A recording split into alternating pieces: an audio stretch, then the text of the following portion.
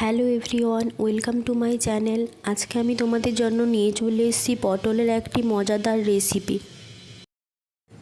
পটলগুলোকে প্রথমে ভালোভাবে খোসা ছাড়িয়ে মাঝ বরাবর কেটে নিয়ে সামান্য পরিমাণে লবণ, হলুদ এবং তেল দিয়ে ভালোভাবে মেখে রাখবো। এরপরে একটি বাটিতে 2 চামচ সাদা সর্ষে, 2 চামচ কালো সর্ষে, 2 চামচ পোস্ত এবং 2টো কাঁচা লঙ্কা নিয়ে ভালোভাবে স্মুথ একটি পেস্ট বানিয়ে নেব।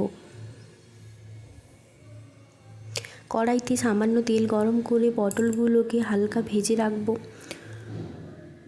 পটলগুলো ভাজা হয়ে গেলে ওই তেলে অল্প পরিমাণে কালো জিরে, কাঁচা লঙ্কা এবং আগে থেকে বেটে রাখা মশলা, সামান্য হলুদ দিয়ে ভালোভাবে কষাবো।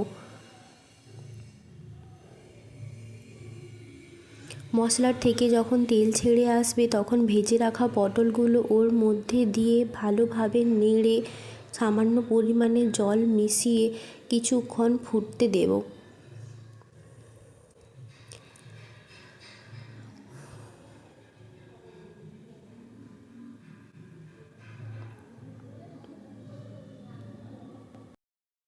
এবারে সামান্য পরিমাণে চিনি এবং লবণ মিশিয়ে ভালোভাবে ঢাকনা দিয়ে রাখবো কিছুক্ষণ। জল যখন শুকিয়ে আসবে তখন ওর মধ্যে নামানোর আগে সামান্য পরিমাণে গরম মশলা দিয়ে ভালোভাবে মিশিয়ে নিলে আমাদের রেসিপি একদম রেডি। আমার রেসিপি যদি আপনাদের ভালো লাগে আমার চ্যানেলটিকে সাবস্ক্রাইব করে দেবেন।